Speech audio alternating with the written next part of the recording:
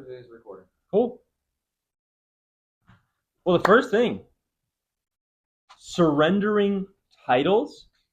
And what that means is I've had it to where even if you're working on a project and you're doing a lot of like work on it, I I personally I do not need credit nor want people to know that I have done something. That's my stilo. Huh? That's my stilo. What does that mean? My style. Oh yeah. An example is like, and this is no problem.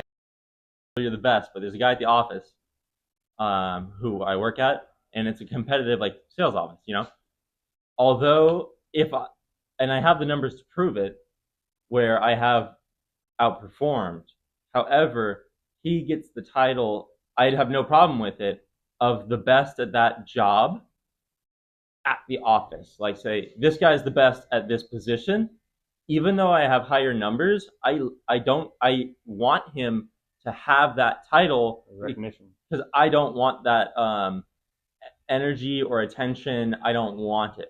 Right. I'd rather just perform, even if it's better. I don't want any recognition. I just want to go about my business. Yeah. So you're about numbers, right? You make them numbers make sense, and then no further, and then no further adjustments needed. So you're not about the competition or about being seen as either a target to either take down or to compare yourself to or something like that. Is that what it So, is? silent competition is fun, Okay. where I see somebody doing something, or like we're in the same match, and it is fun to compete. However, it doesn't make me or anyone else better than somebody else because they outperform somebody. I'm just having fun doing the job, and it's not a personal matter. That leads us to another thing, is like people get so like hurt in competitions. They take it so seriously to where it affects their mental state if they lose. Yeah. Losing is part of life. Losing, it has to be done. It is what it is. Losing hurts. You can never lose if you don't give up. You literally never lose if you try again until you win. Right. Undefeated barbers, undisputed. That is the motto. That's the the point that we're trying to get across. Uh, not necessarily to be undefeated, but to be able to face adversity. It stands for endurance. It stands for perseverance. You know, um, it's the mentality. It's the mentality of a champion. And champions, whether you talk about boxing or any other sport, um, they've all been defeated except for a few. Right, and those few are either they're lucky or they're questionable. Everyone gets defeated. Everyone does. Yeah, It's just part of being human. we go about life taking losses, so that's a normal thing. That's something that you have to bear. But as Rocky Balboa said, it's not how hard you can get. Wait, no, it's not how hard you can hit. It's about how hard you can get hit and keep on going. Yeah, yeah. I have to admit though, I have never seen a Rocky movie. Okay, I know you the gotta quote. watch Rocky, man. You gotta watch Rocky. Quote. Though I just never really interested. I've never really been into like older movies and stuff. So I've watched all of the new Creed movies, except for I don't know if I watched the recent one, but the first two, yeah, I watched the Creed movies, but I haven't never watched any of the Rocky movies. I've just only heard about them. To basically sum up the topic, surrendering your title. All I'm saying is somebody could be not as good as you, but you don't need to be known. Like you can let somebody have the title because with the title comes responsibility, liability, attention. I don't want any of that. I just want to perform, do what I'm supposed to do, and then not even exist. Leave me alone. Yeah, yeah. I do it because it needs to be done. I don't do it because I want attention. That's the model that I'm pursuing with my new business venture. Right now, I got something in the works that's virtually done. It just needs to be finalized and made official. Though I don't really want the attention as the guy that made this. Yeah, It's just like getting it done. I made it and that's it. Let me reap the benefits. The publicity and the conversations. That don't benefit. It doesn't matter. It just was something that needed to be done. It doesn't matter who I am. I am just me personally. I am just a vessel to do what God wants me to do. I'm not a person. Like I am just a servant. Right. And if what's given to you, your responsibility on what your job is, and like what you're talking about, the projects, you were put in that position to do that. And basically, what I'm saying is like, I'm just happy to be able to serve, to fulfill a purpose. But I myself am temporary. I'm not just a human. Anyway, switching titles, switching subjects, right? Make it seamless. Another thing was, and this is so valuable, is that sometimes you are doing the right thing, and it's not working. You're like doing something and it's not working. Sometimes it is a different variable. So it could be just the season. You could be doing the right thing, but during the wrong time. You could be doing the right thing during the right time, but at the wrong place. Yeah. Sometimes you got to go to a different city because every city, every location has different needs, demands, and problems. And sometimes you are doing the wrong thing at the right time in the right place. They're just factors that change. Can I share on how I know, or like how I personally learned that? Oh, for sure. I would like to share an example of being at the wrong place at the wrong time, but go for it. So like solar and people here don't really get a lot of power outages because the power lines are underground. And there's just also a huge saturation of a ton of dudes doing solar in this area. So you were doing door to door. Yeah. There's a lot of mean people when you knock on their door for solar, and I get it. They've been knocked a lot, right? They'll treat you as if you don't have any worth. You don't have any they're disrespectful, right? You go to any other place. You go to other places where the saturation is less. They are begging for your service. They are waiting for you to arrive. Last year I went to it's up by whole place was out of power. And it's like a normal thing there. 2 elderly people died during the summer because they had no power and they overheated. I was in Hills a few days ago, and the power bills there are minimum $200-$300. It is insane, and they're waiting for me to go there.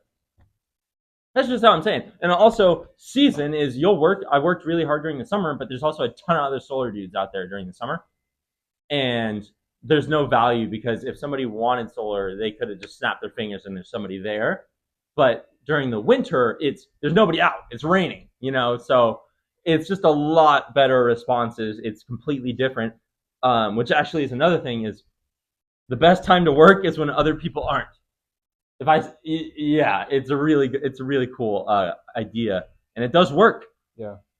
It's lonely. When other people, it is lonely. It is lonely. But it's the best time to work when there's less people doing what you're doing. And when there's a ton of people and there's so much saturation, I always step back a little bit and then try and find something else to do that other people aren't doing. Yeah, so I've had to spend nights up at 3 a.m, head slammed into a computer, night after night to get this particular thing done. And yeah, it sucks. It's quiet. It's boring. It's lonely. It's like, you want a little bit of entertainment. You might want some company here and there. You might want at least get some music going or something. And then the thing is, like, you don't even know. There's a lot of people that may have wanted to get across the things that you're trying to do, but they're not willing to put in those extra hours. Oh, dude, that's actually a topic. What's up? That's actually a topic. Extra hours. Okay, so it sort of goes with like okay, so it's one of the factors is working hard and okay. So people say like don't work hard, work smart, but you have to work hard and smart.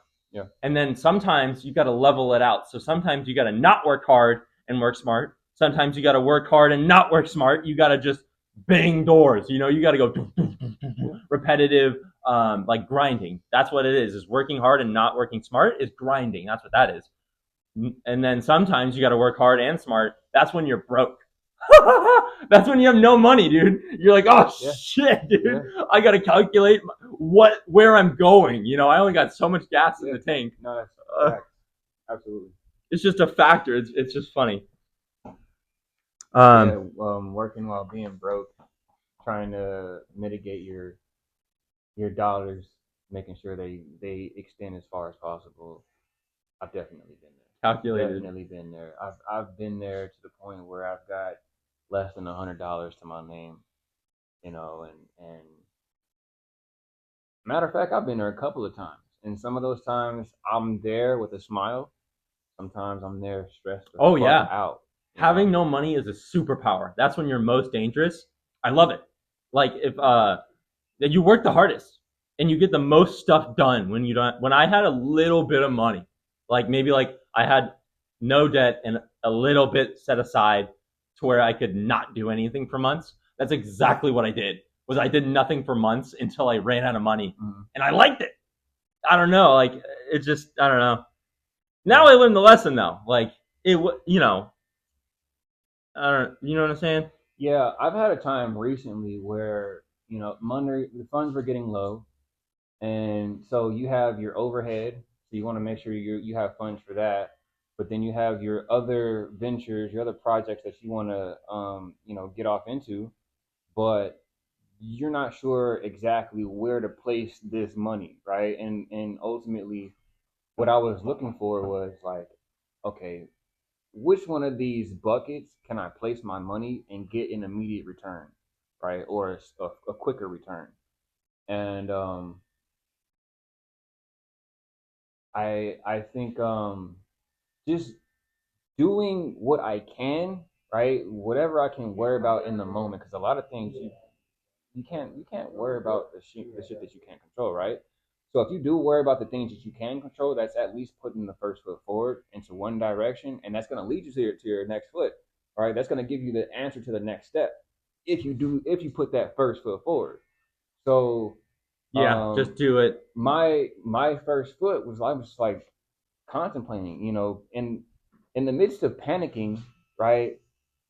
I go and talk to my brother, and just in the conversation alone was a relief, right? I was able to get everything out of my head and just put it out there. Now it wasn't for him to give me any answers. It was just to really like vent and then listen to myself. And then I think the next day or the next couple of days, I got my answer. That's So exactly I'm how just it like, works. yo, man, because yeah, I got this. I got rent. I got a mortgage. I got XYZ. That's part of my overhead. And after that, there's like little to no funds. So what I did was I got my LLC. No, I got my trademark. Right. I had already had the domain for this venture. Right.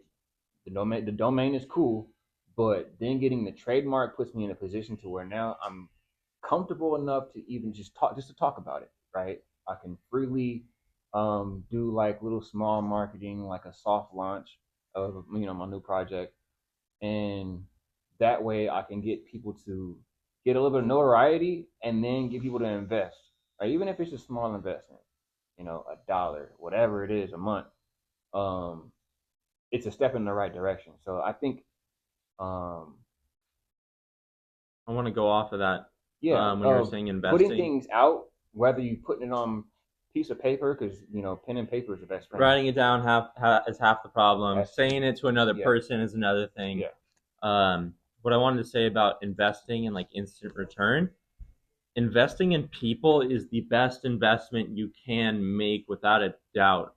In the solar industry, I have no idea why, but it's like a thing that people joke about gambling, going into a casino or going to Las Vegas. There's like company trips to Vegas, and I'm like, what? They're like investing in somebody that has an idea that's passionate that you can see. Hey, it's better to invest in a person, have them lose or lose it all or whatever, than to to gamble in general.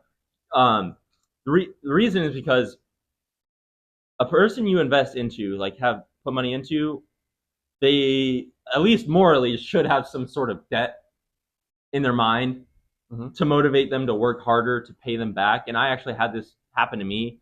Was when I first started in solar, I had this mentor that he paid me, and I can prove this 100%. He paid me $3,500 over the course of 7 weeks to go knock doors for him and get him appointments, and I can show you I made him $20,000. That's amazing. To this day, I still like working for him. He changed my life, and the reason I'm saying that is there's people saying, "Oh, let's go to Vegas, let's gamble." It's more sure to invest in a person. You have way more guaranteed return if it's a person.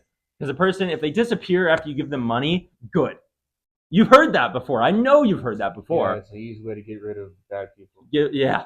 I don't know what the phrase is, but I've heard. You give somebody money, they stick around, they're working.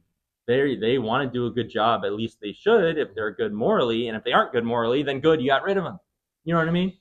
Yeah. Yeah, and that's it. Yeah. I've had to get rid of a few workers throughout the years, and it seemed like every time I got rid of a worker, and I ended up with a better team, with a better crew, more responsible, more reactive, and all of that Yeah. stuff. So yeah, I definitely see where you're Oh, coming ripping off the band-aid is a hard concept, really hard thing to do. Like you've got a problem and it will not get better, you will not progress until that problem is removed. It's like one of the hardest things you have to do because you have to go down Yeah. before you Yeah. can go higher. Yeah. I've had some barbers that I was scared to get rid of that didn't deserve to be here. You know, I knew that if I fired him, I'd shoot myself in the foot, and I'd be standing there worried, like, oh, what's next? You know, what do I do now? But yeah, you have to rip that band-aid off, regardless of how deep the wound is. You have to go through that fire. Nice. Yeah. Another thing, and this one's a quick one. This one's a funny quick one. Is that people who spit on the floor, man, absolutely unacceptable. I don't know what's going on. If you're sick, you got boogers, swallow it, dude. That's the most disgusting thing I've ever seen. It's crazy. That's not okay. If I see somebody spit on the floor, like it makes you like a lower class of human. So It's not good. I so I agree with that to a certain extent, right? I don't like to see people spit. I don't like to see it. I don't like to see you chewing gum. I don't like people that chew gum. Can't stand. Like they're just the fucking worst people in I the like fucking gum. world. I Bro. like gum. Yeah, fuck that, bro. What's wrong with that? Like, gum in particular is one of my biggest pet peeves. Right? It's not food. It's not candy. It doesn't digest. It doesn't freshen your breath. It just smells like hot mint and hot breath. You know what I'm saying? It doesn't smell good at all. And then people are really irresponsible with it. They spit it out wherever they Oh, are. that is They true. don't That they is true. don't Yeah. wrap it up and put it in the trash or whatever it is. Dude, So it's like it's just it's not good for anything. I've had a customer that I had to kick out because he decided to he was sticking gum all over the place. He put it underneath my table, right? Which where he was sitting, he had stood up, right, and he looked around, and then he sat back down, and I saw him on the camera. He like pulled it out of his mouth, and he stuck it under the table, and he held it there for a little bit. When the trash can was like right behind him. Right, trash can's right there, right? Like, where's the trash can? Doing? So it's right there now. It used to be over there. You do need to make it visible. No, because I don't want people to have to when they throw stuff away. I want them to go outside. You know what I'm saying? I don't want them to have a visible trash can where they can just throw anything away and it smells up the whole barbershop. Because they like to come in with their lunch and stuff. It makes the barbershop smell, and it's like right there. So I'm like, no, I don't want that around us. So either you go outside, or if it's like a little piece of paper, yeah, it's right there. Yeah. So this one I don't want to spend too much time on, but it's just something I'll throw out there. In some sales offices, there's this like idea or concept that you need to take responsibility for everything that happens. Like everything's my fault. Yeah. 100%. I would like to say that sometimes in rare scenarios that no, it is someone else's fault. Sometimes. Sometimes you can do everything perfectly right, and I understand that you should plan for the future, be prepared, but there's some times where it's just not your fault. And that's Yeah. okay. It's the truth. So for things that are not my fault, I still try to find a little bit of accountability there. Like, for example, one of my barbers seemingly ruined the essence, the vibe of my barbershop, right? And I could say, oh, he fucked up my barbershop. But then I had to look in the mirror and be like, why did I let him fuck up my barbershop? I saw it happening. I saw Mm-hmm. it coming from a mile away. I could have Mm-hmm. did something about it. I could have let him go. There was signs. There was definitely red flags from day one. Mm-hmm. But I decided to make a business decision, and keep the money there, and try to work with that person and try to see if I can change that person and kind of shape him and mold him. Nah, wrong answer. You got to get rid of people that aren't worthy of Yeah, your 100%. You have to emotion. go where you're appreciated. If somebody's not, it's, oh my goodness. Yeah. I don't understand why anybody would treat anybody disrespectfully. It's just not acceptable. Yeah. Nobody is better than any other person. We are all people and all children of God. We all created equal. Yeah. So whatever image that I have, that the barbershop has, me as the owner, it's my fault. And if we grow and become successful, give me all the credit. If we fail, blame me. Give me all the blame. I want it all. That's how I look at things. Mm-hmm, mm-hmm. I'm not LeBron James, where you get all the I get credit you. and no blame. I get you. I get you. I think the last thing was this was sort of like my job tailored. People say it's not what you say, it's how you say it. Yeah, Like those when are. you're, what were you gonna say? I think that that's only something that an emotional creature would say. It's definitely a combination of both. It is Okay. definitely a combination of both because how you say it is your understanding of the words that you're saying. Okay. If you're reading off of a book, you're not comprehend. You're just reading words. The words have no meaning if you're just regurgitating words that are written down. There's no meaning. But when I go into a neighborhood and I show like the power outage map for Southern California, I understand. I've been seeing this for over a year, how frequent they are and how big of a problem it is compared to a newer representative who just is like power outages. They don't know the meat behind it, on how big of a deal it is when entire neighborhoods are out of power every single day. Uh-huh. They don't have the information. I'm not saying it's a good or bad thing. I'm just saying uh, how you say it comes from the information and understanding of what you're saying. Yeah.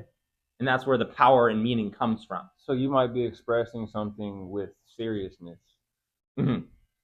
and that seriousness might come off as emotional or weak, sensitive, but you're Passion. just passionate. Passion. Truth. But you're just expressing, this is not a joke. This is serious. Yeah. This is, yeah. So And that comes from knowledge. That comes from me understanding, not just saying what somebody else told me to say. Mhm. Yeah. That's it. I definitely agree with that.